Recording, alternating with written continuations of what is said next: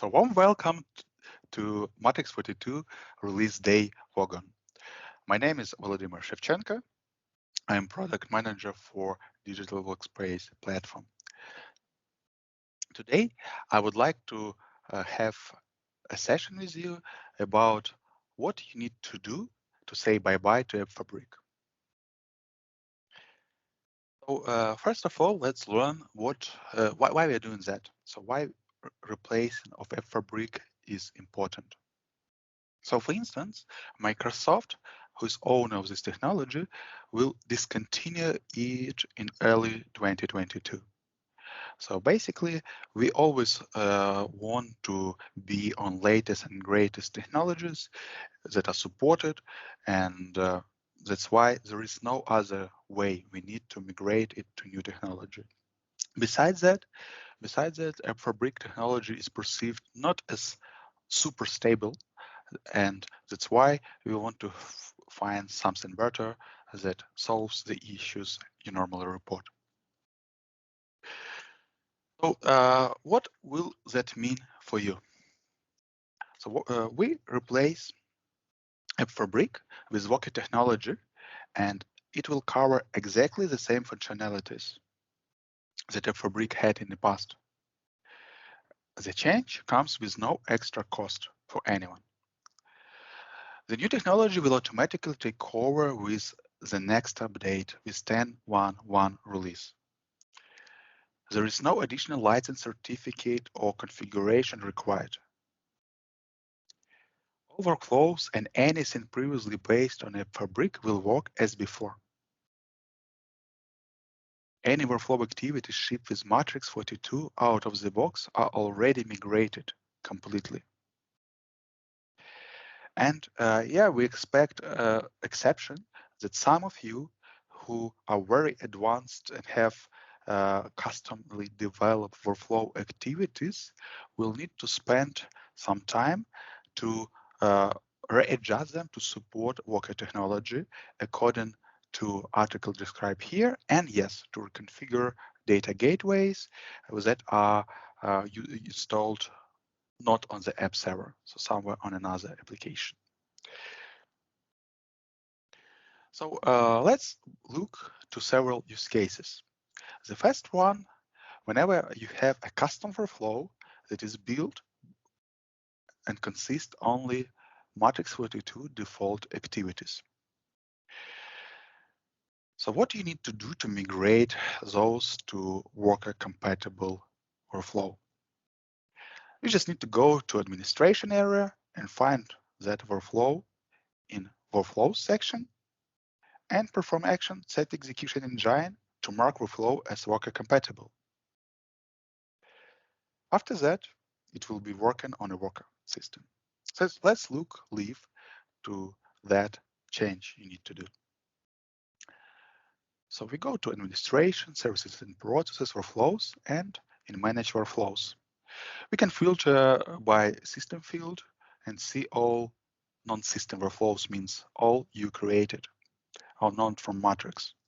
You find the workflow, go through and see, okay, in the bottom you see it's run on AppFabric and it is it's not Worker compatible. You need to go to actions and choose one, set execution engine, and just execute it to switch to Workers. Basically, that's it. After that, whenever there is no issue, your workflow is switched to Workers engine and will be executed on Workers after that.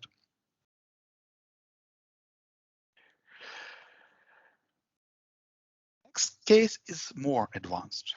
It's about migration of workflows that consist of at least one custom activity.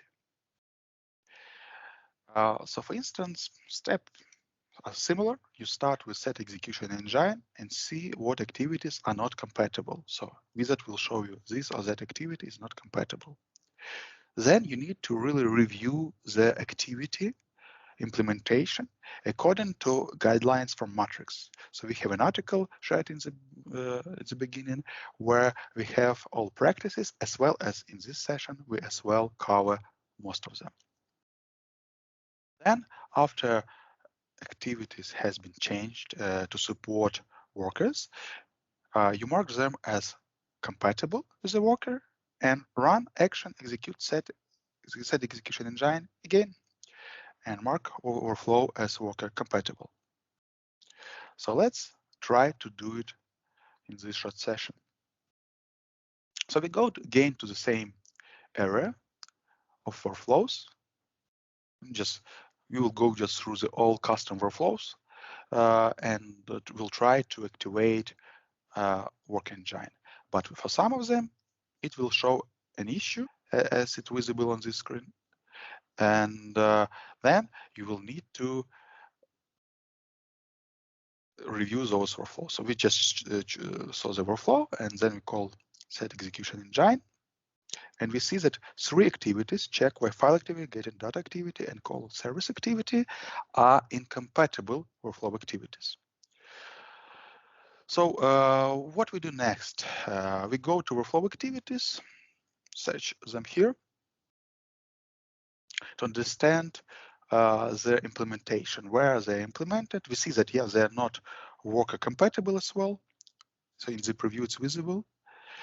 And we need to do something to mark them. So on one hand, it may be that there is nothing to do. You just read the code and it's all fine. But in this case, getting data activity is implemented wrong because it has direct logic to access data layer.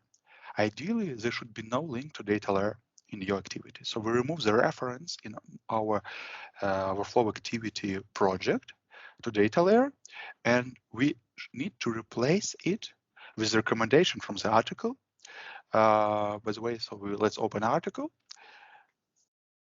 So just type workflow activity migration or use the link from the slides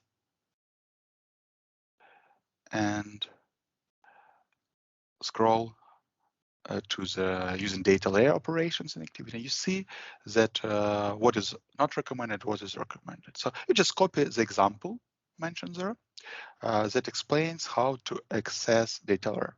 So as you can see, in that activity, we're just doing a request to MyDD data definition and just without filter 1 equals 1, so means no filter, we receive all objects.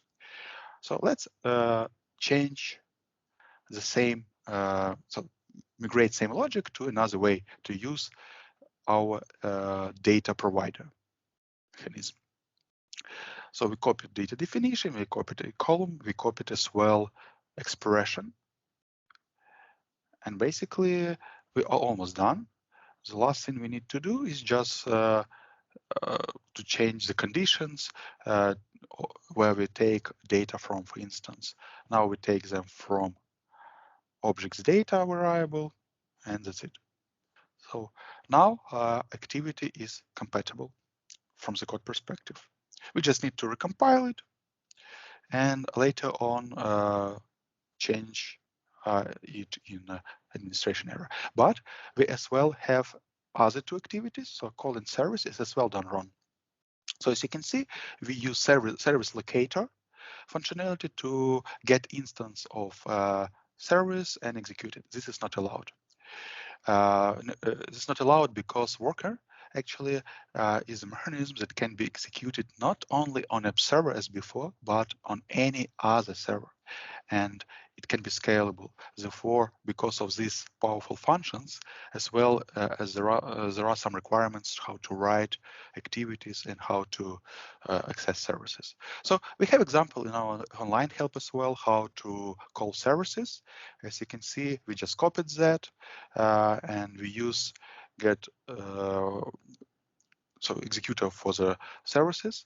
But now we want to also find corresponding service operation that exists in our REST API for the same need in activity service to call it from our activity. So for instance, it was get category info. It exists by default. So the task is easy for us. We just found it. We copy all required things to our code. The only thing we need to do To execute it, we need to pass parameters correctly and to call the service operation a little bit differently. So first, we see that get category info has a parameter category ID. So we copy our static ID we have in our example, initial one, to new structure. So you see we pass one parameter category ID, and the last thing we need to do is to call the exact method.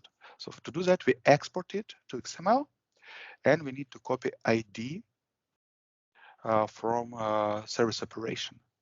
So we copy that ID after exporting and put it to client run parameter, first parameter. With that, we will call method activity get category info that will work on every worker that is hosted on app server, on other server, and there will be no issues with that. So now we just need to receive parameters from this method. You see, we define same variable category info, and we cast result to category info contract. And then our logic, the rest of our logic is same. So summary, assign category for summary. So basically, we are done. The last one is accessing files. Just imagine for AppFabric, it was simple. Yeah, you are on app server, you're accessing files on app server. But in the case you're doing that from worker, you need to do differently. So to access the file, you need to call also some kind of method. In this case, we don't have one API. So in this case, whenever you have such logic, some business logic in your activities, you need to migrate it to service operation, same as we did in the previous case. So in calling service for getting category info, register your API method and call it out of your activity. So there should be no business logic in activity. So in this case, we created custom web service for getting file information, if it's there or not, and maybe something else. We pass parameters, and as you can see, we can also check what execution engine is. So whenever you are actually acting as a partner, so then you're not sure if your customers will use AppFabric or Worker, then you need to do checks for both in your code. So we compiled our activities. Now we go to workflows landing page and manage assemblies and select this assembly from our development machine and upload it to the app server with an action. So my workflow activities, and click action checkbox directly publish them. So after that, our activities has been changed. So they're ready to be executed in a worker, but they're not marked that they are ready. With that, we need to do a manual step. We need to execute a SQL script that is available in our online help. You just copy it, go to SQL server and execute it by providing name of corresponding activity. So we have 3. So we need to execute scripts 3 times. This is technical name. So we just copy colon service activity, for instance, put it to the condition and execute it. That script marks activity as worker compatible. We do same for check file activity.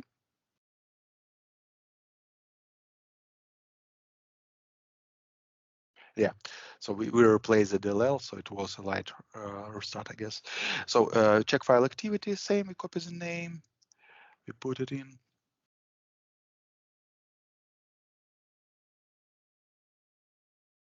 Then we do it for the last one, getting data activity. Execute our script.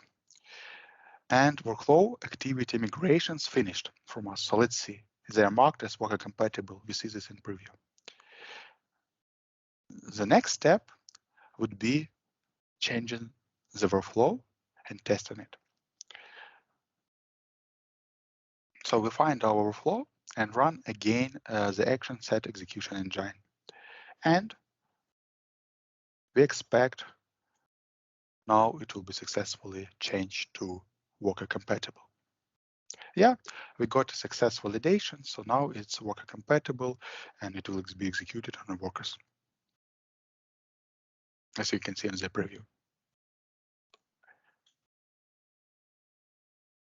So basically, we don't expect that you do have a lot of custom workflow activities, but whenever you have such, be prepared.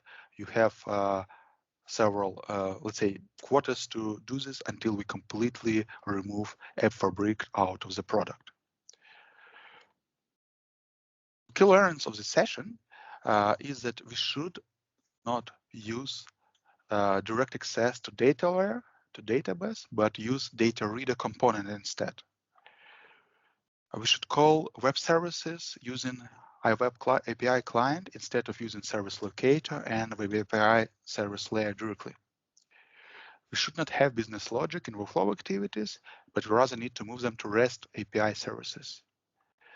And remember that the worker may run not only on app server as it was in the past with AppFabric. So all resources you use in your activities needs to be present on every machine the worker is installed.